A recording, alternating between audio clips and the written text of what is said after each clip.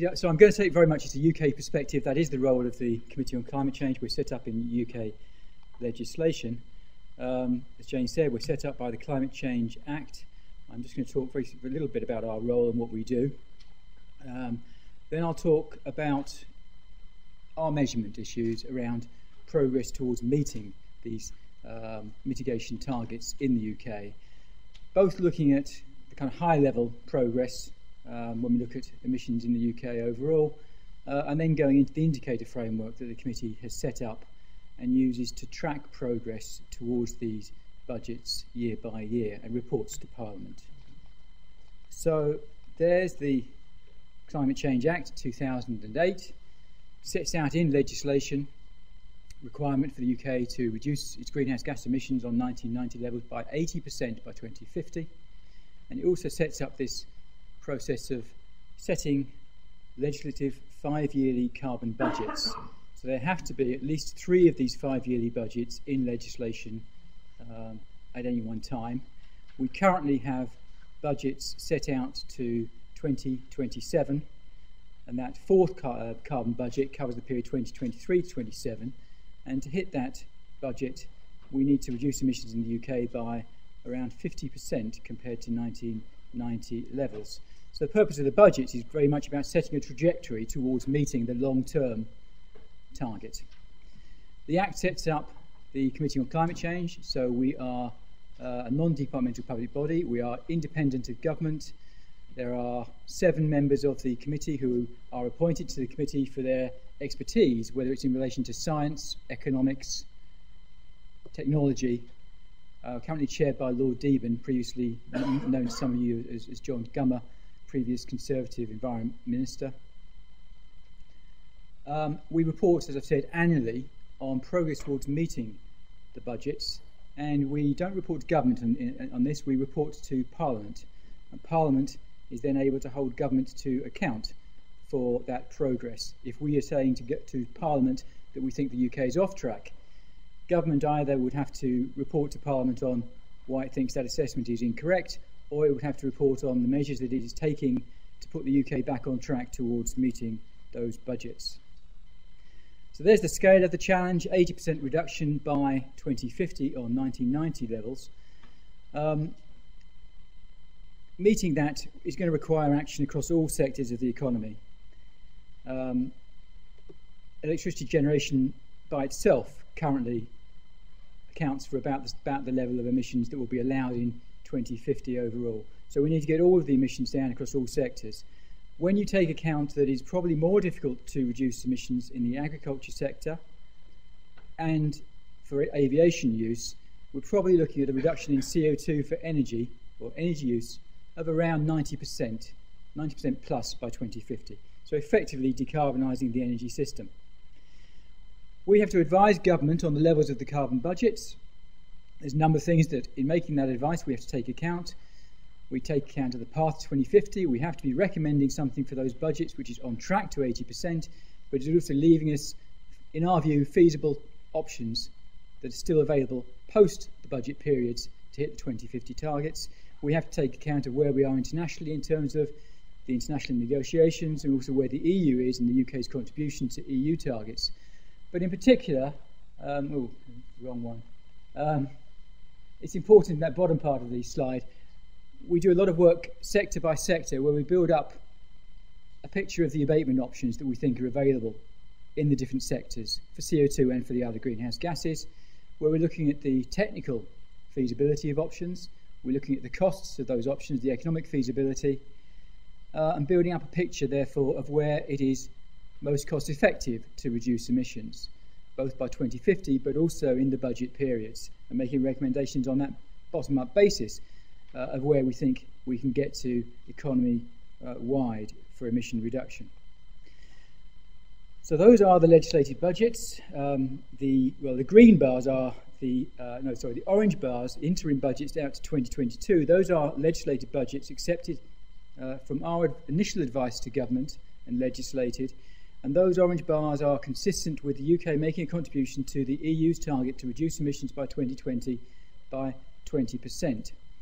The green bars were a recommendation we made that when the EU when and if the EU moves to a 30% reduction, it is said that it would do so as part of a global deal, then we recommended those tighter budgets for the UK would be appropriate. But for the time being, the government has legislated those orange bars and also legislated the fourth carbon budget, mid-2020s, which, as I've said, is 50% reduction in 1990 levels, and is a bit of a further step change compared to those first three budgets. So there's a faster rate of reduction required to hit that budget post-2020 than for the first three budgets. When we're looking at progress in the UK and how we are doing, it's clear that overall emissions have been falling for some time, with some year-to-year variation. Emissions fell very sharply in 2011. We report annually using the latest data, but that is in the context of very mild winter weather that year, particularly compared to very cold winter months in the previous year, 2010. It's also in the context of high rising fuel prices in 2011 and falling household disposable income.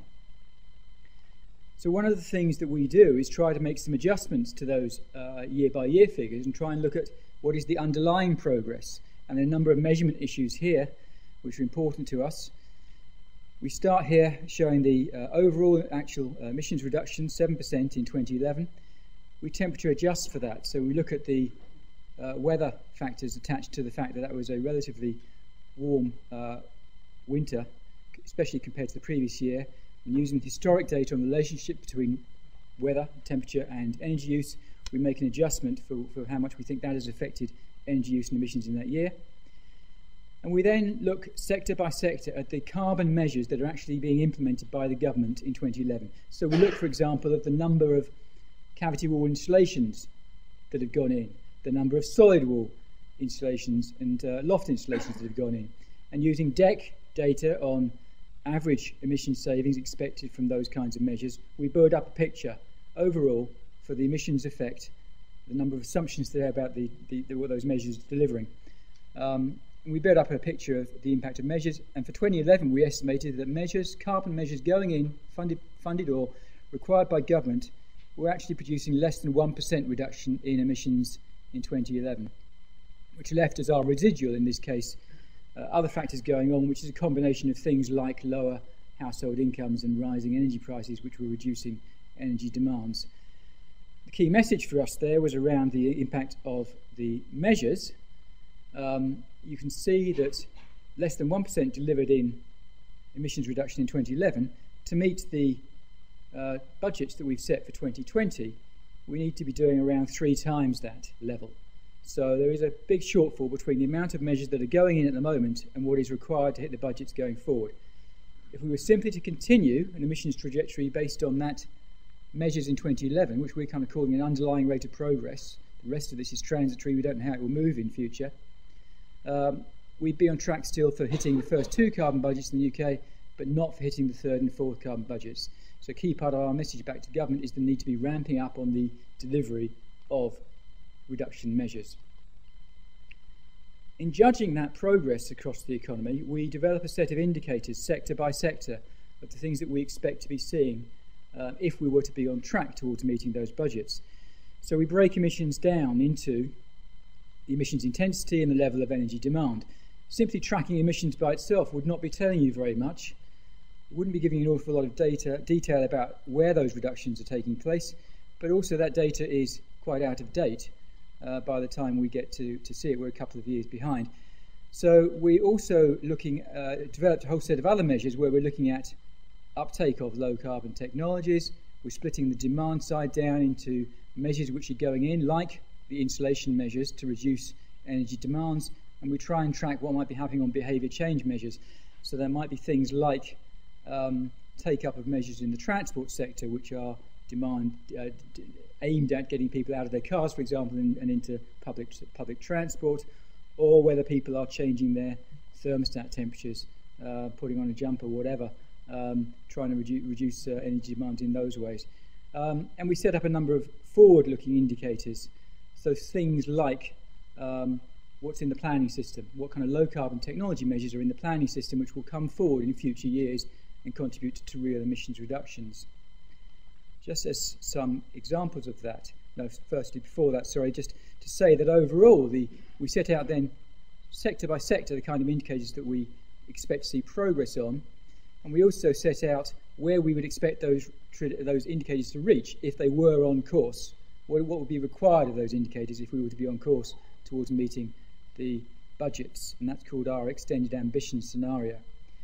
So on some examples of what we're tracking, we're looking, for example, at what's happening in the electricity sector in terms of power sector emissions.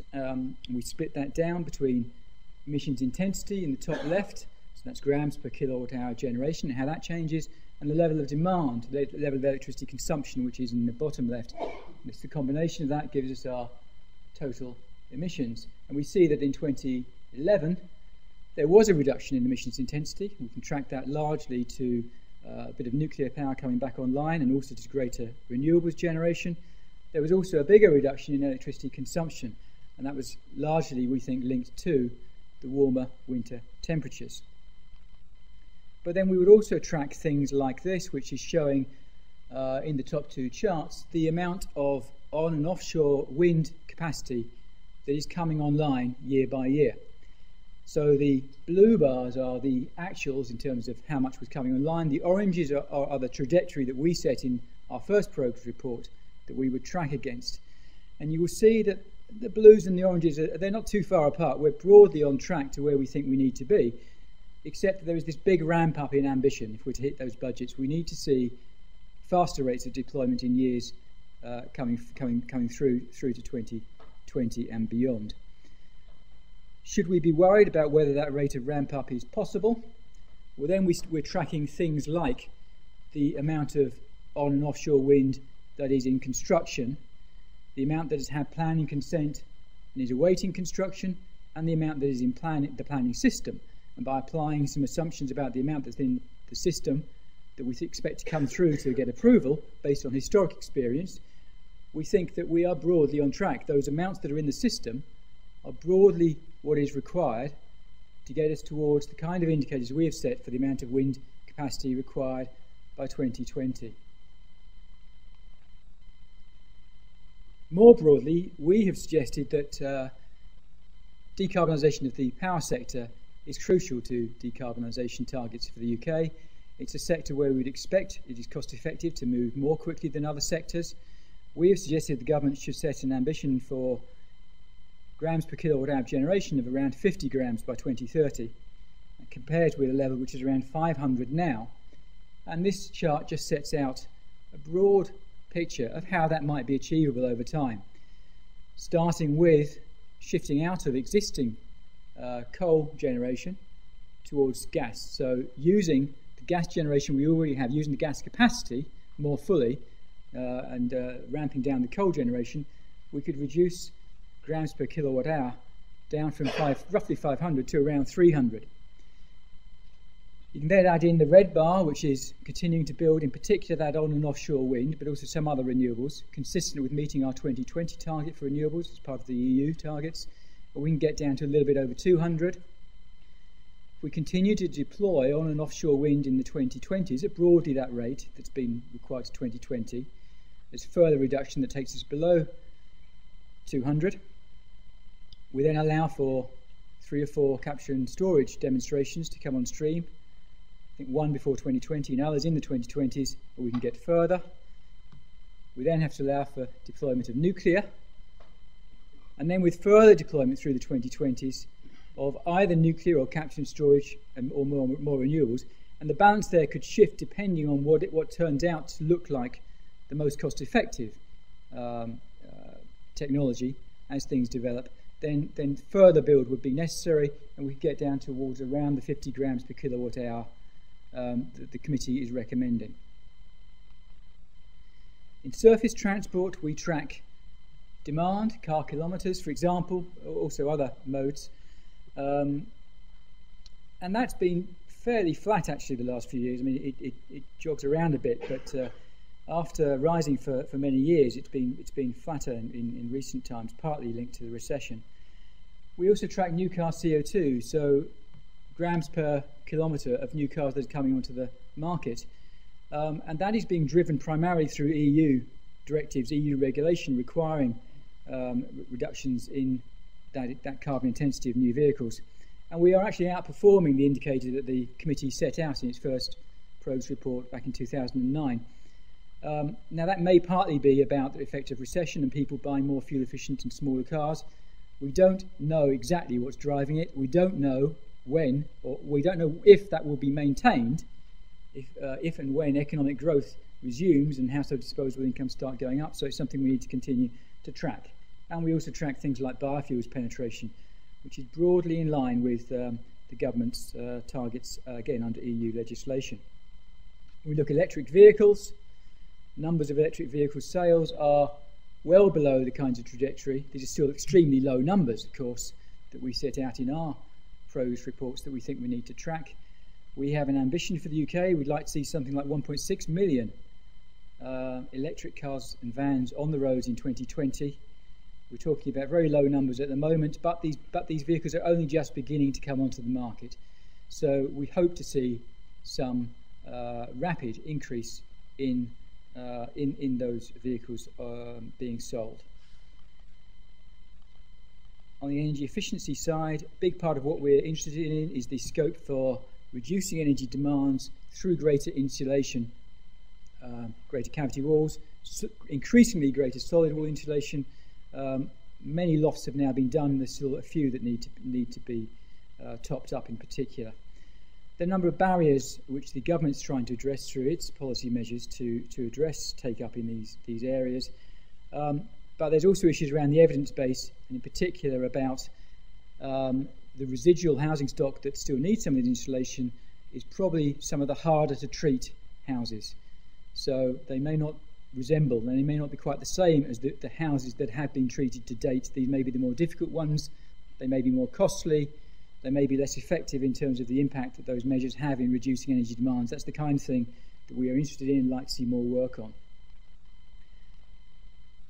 In the low carbon heat area, critical to our trajectories in the longer term is a move towards the use of heat pumps in the building sector.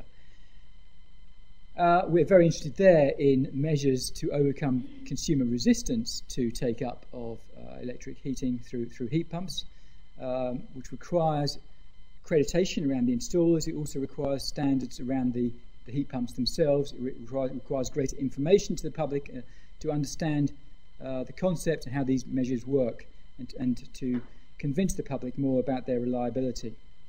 So we're very interested there in the barriers, overcoming those barriers around public acceptance, but very interested in the standards and the savings that those measures, when installed, actually deliver.